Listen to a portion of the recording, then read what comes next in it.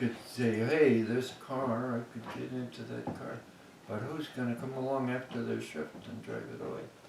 You know, or who's going to run through that fence and drive right over me because he didn't think that there would be anybody sleeping there.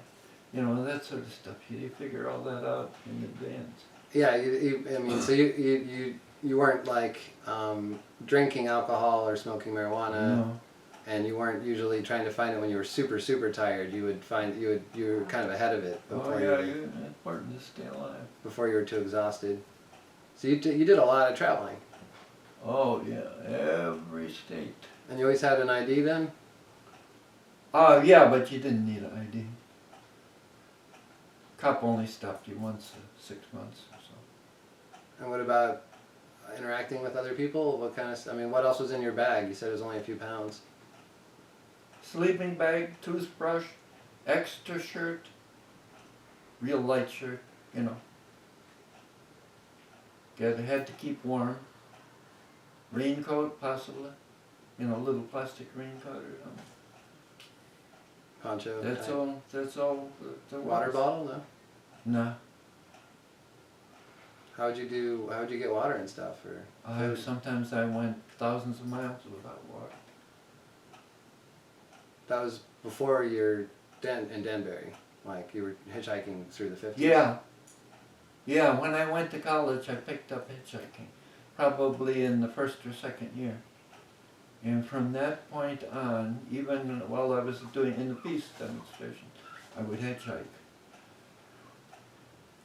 But then the whole culture of hitchhiking changed. You know, in the late 60s, it pretty much started to fade. And there were a lot of places, like Ohio State, it was illegal to hitchhike. And you were not allowed to hitchhike on the interstates or the what do you call it, where you pay money to drive on? Toll roads. Roads, huh?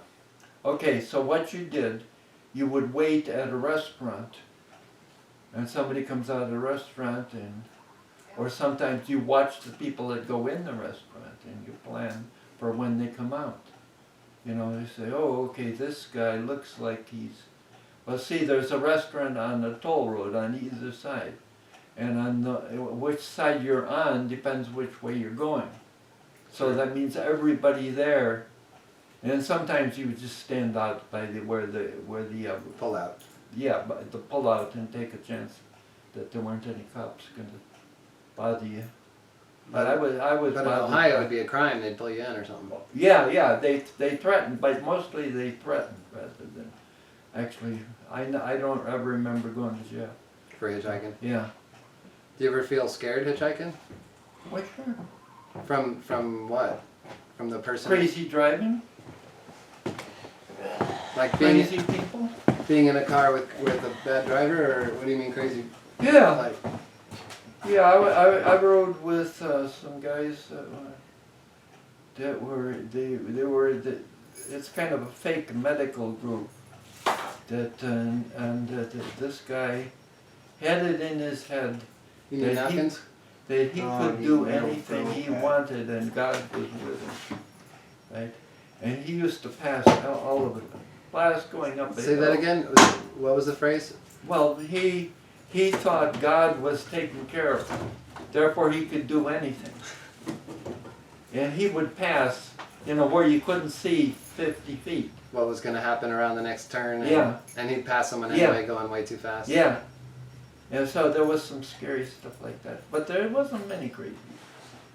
Nobody actually like threatened you, or I mean, what's the culture? I mean, if someone gives you a ride, are you expected to like? Oh, there's all kinds of different expectations. Like what? What's the range? Oh, I rode with quite a few gay guys, and I just said no when they tried to hit on you. Yeah. Or yeah. Yeah, but.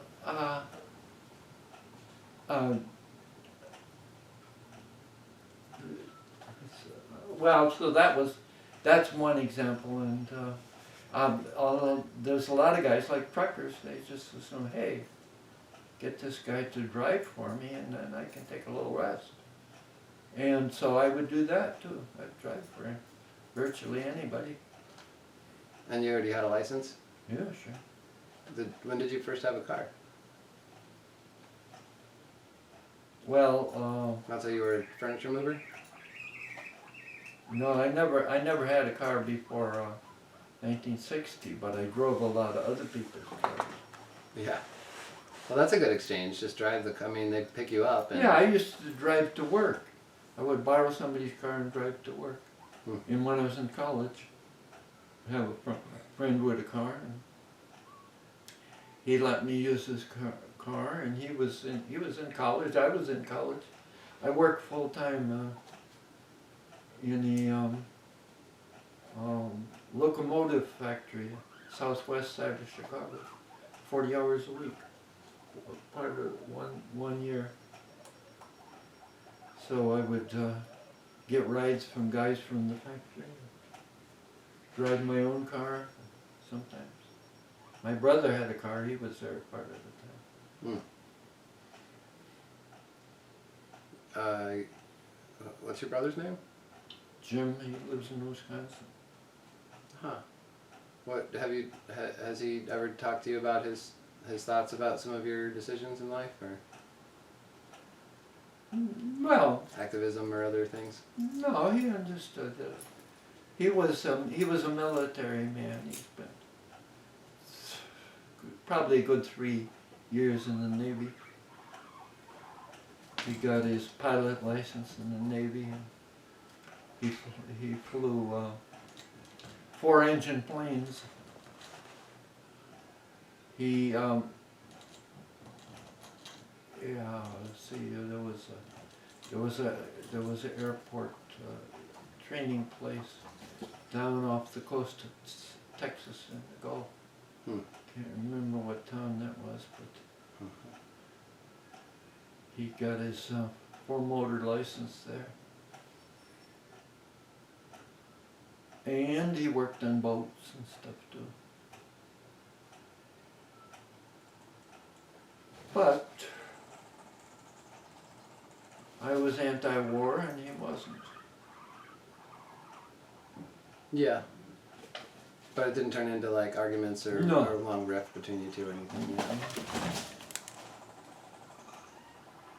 And your parents, did they like have an opinion about things, or were they supportive or understanding? They changed their position. My mother said, why don't you forget about college and go work at this place in Madison, Wisconsin. A butcher place, what's it? Oscar Mayer. That place just happened to be closing in the last few weeks. Just now? Yep. Okay, but yeah, you could have had job stability up until now. Yeah. whole different timeline there. Well, I started being a vegetarian in 52 or 53, so I wasn't about to work at a butcher shop. Butcher. What led to you becoming vegetarian? I read Mahatma Gandhi's The Story of My Experiments with Truth. I read it about 52, 53. And it was the same. It was my professors. I had a philosophy professor, and he said, there's reason to believe that the stockyards of Chicago are directly connected to the war in Europe.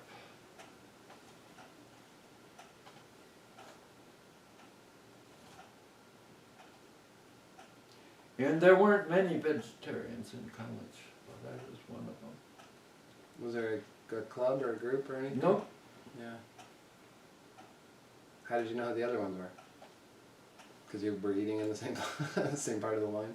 Yeah, everybody ate the eating facility was connected to the women's dormitory. And there weren't very many vegetarians. Which is a great way to meet chicks, though.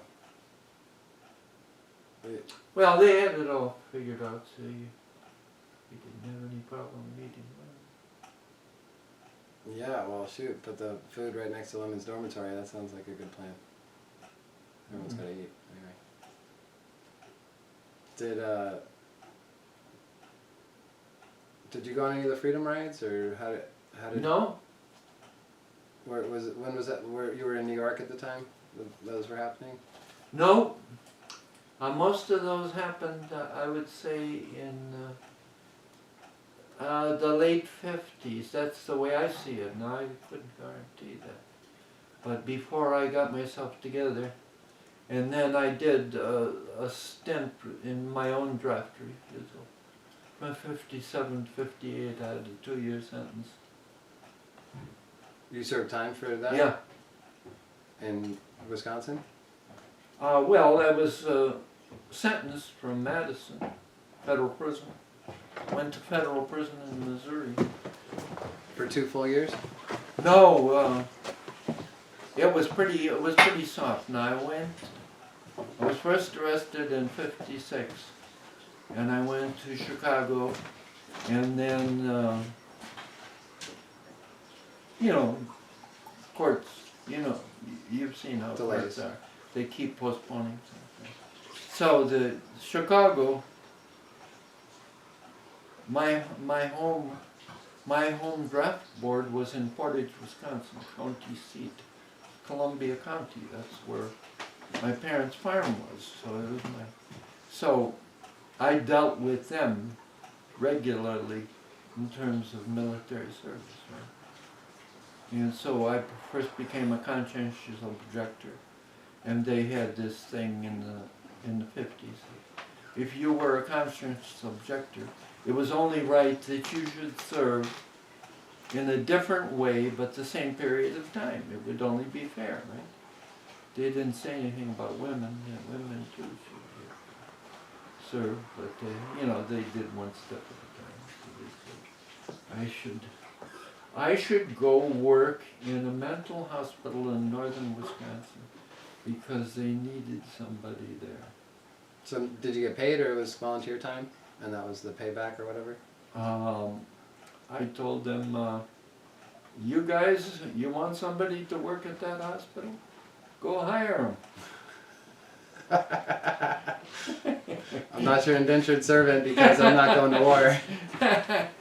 Wow. Okay. So you did not accept their post. Well, first I was, when I first became a conscientious objector, you do one step at a time in your head. Yeah, I can do that. And I did spend the summer working in a mental hospital, with Church of the Brethren, which was another piece of church, and they had a summer project where you worked in the hospital. So I got the hang of it. And I could have done that, and They wanted 2 full years of that. And you put in 3 months of it already. Yeah. Something like that. And so I said to myself, well, during this time I was getting to know Bradford Lyttle, who also went to jail. He also went to the same jail that I went to, except he was, let's say, 6 years older than me. I don't know exactly. Sounds about right. Yeah. So he wrote up a brochure, and when you went to the meeting of the Quakers on 57th Street Way, you got this little brochure with his picture on it, and the story of what he did about selective service. And so he kind of set the path. I said, hey, I think that's what I'll do.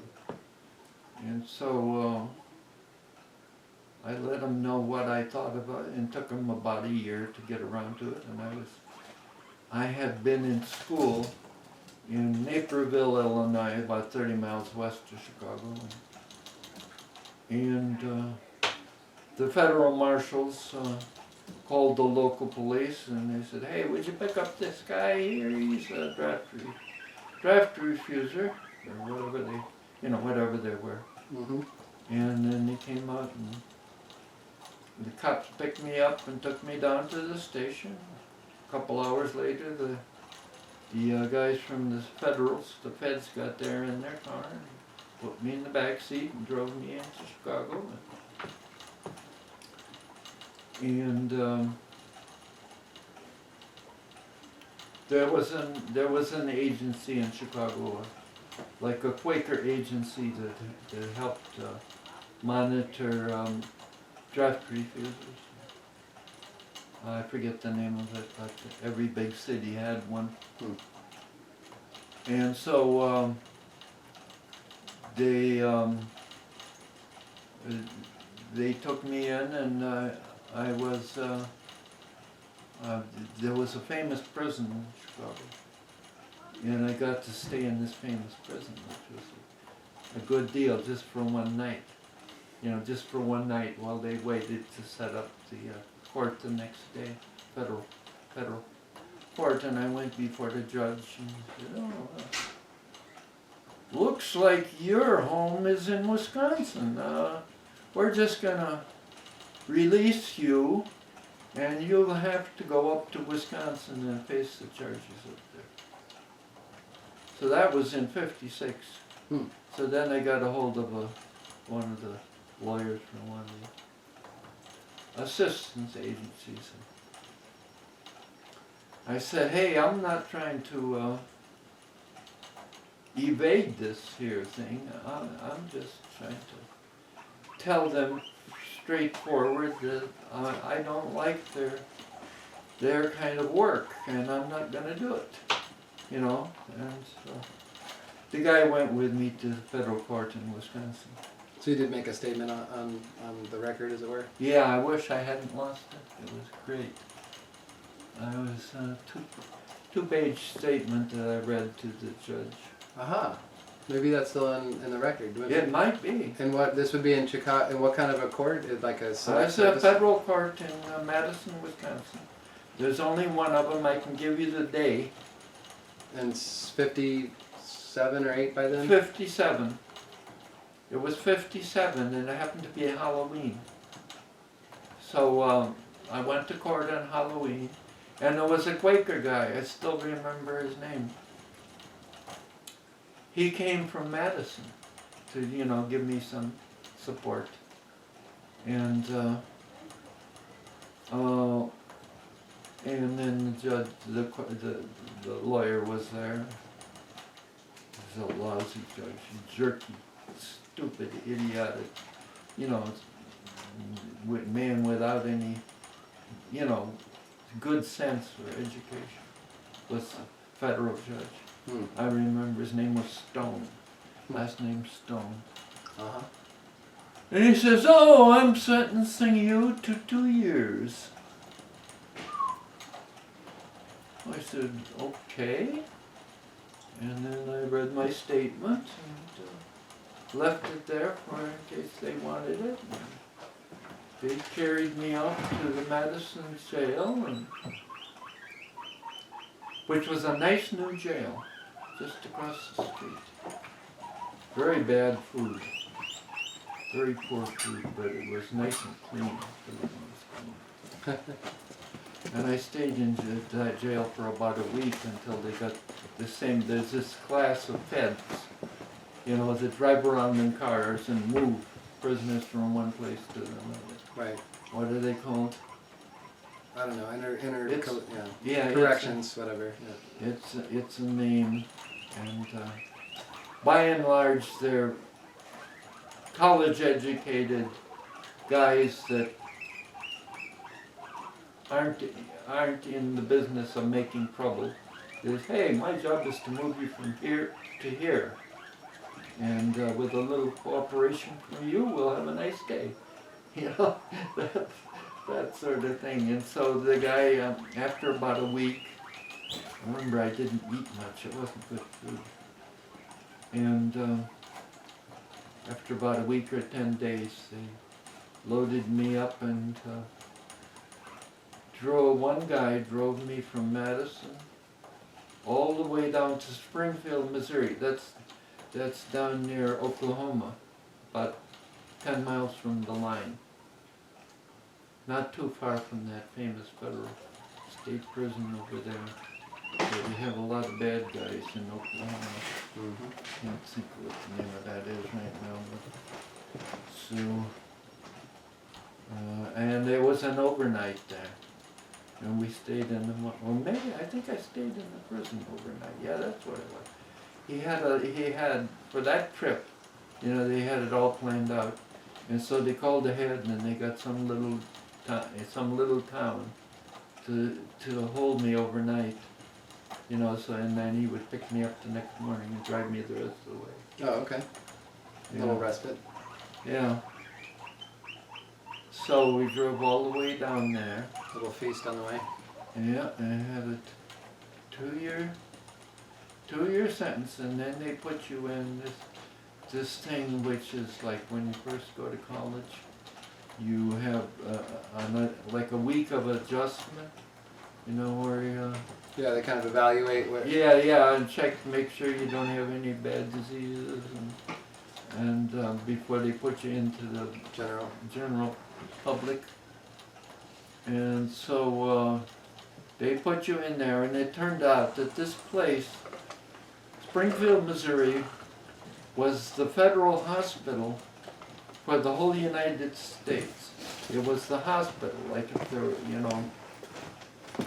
say there was a case like this, you robbed a bank and they sentenced you, and when you were running away from the bank with all the money, you crashed into something and you had a broken leg, and then they would send you down to live in this place until you got rehab.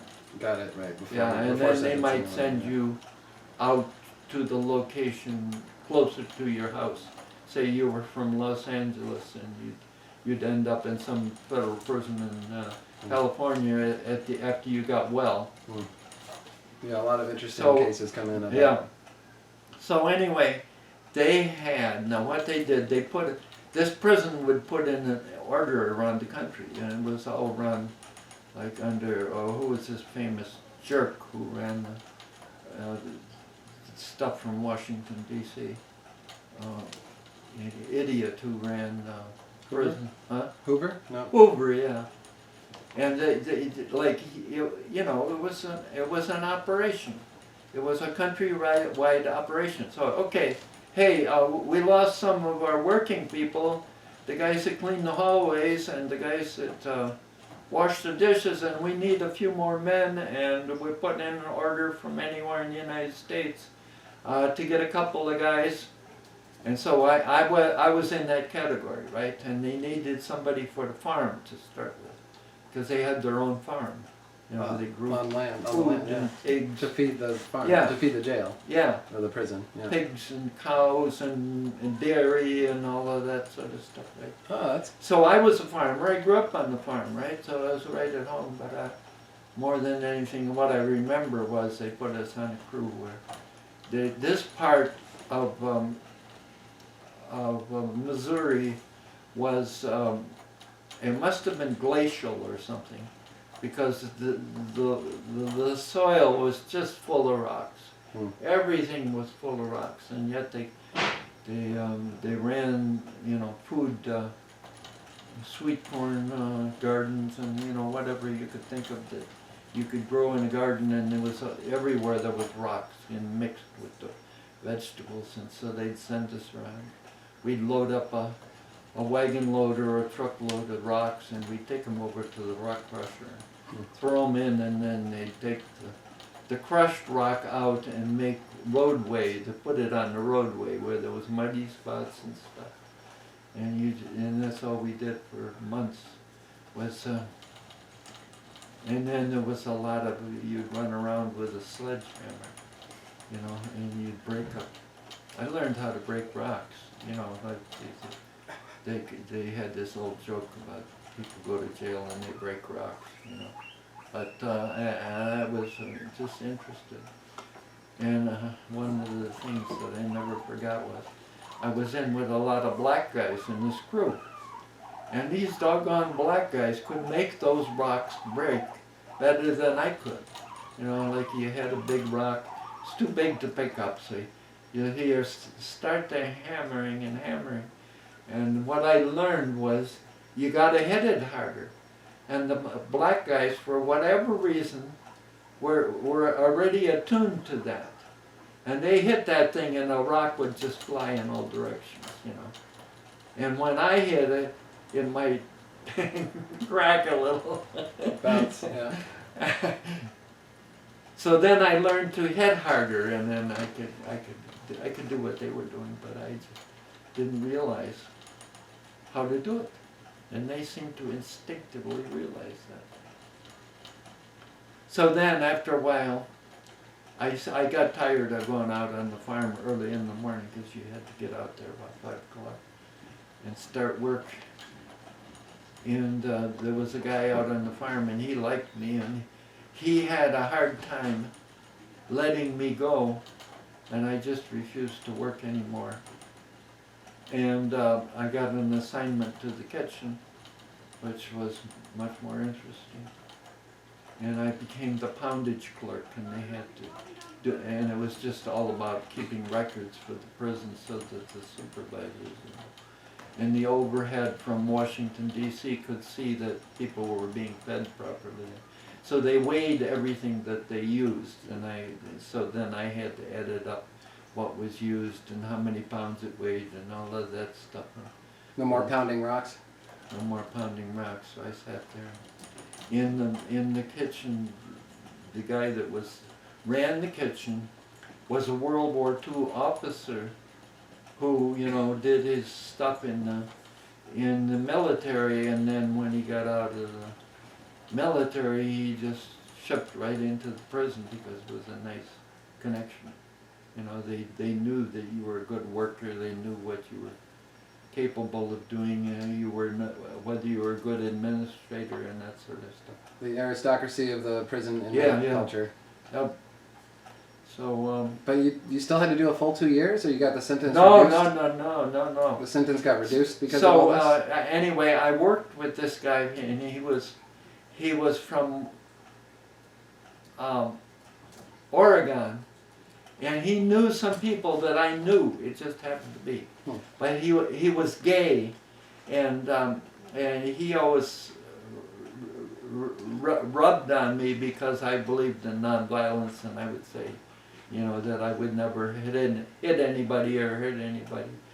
And so he pushed it a little too far, and so I had to see if he could provoke violence. So I grabbed him one day and threw him over my shoulder. And he after that he was always cooperative. But I didn't hurt him. I just showed him that I was capable of being strong. Well, that's a really beautiful. But he knew some of the people that I knew from traveling around Oregon. Oh, from traveling, just from hitchhiking and people you'd met. Yeah. Did you stay at communities or farms in Oregon, or how did you meet those folks? It was part of another organization I belonged to called Concept Therapy. Could you give us a one-liner about concept therapy? What is that? It was a non-religious religion. It believed in all kinds of kooky stuff about. Well, let's take some. It was a cult, more or less like those people that go to airports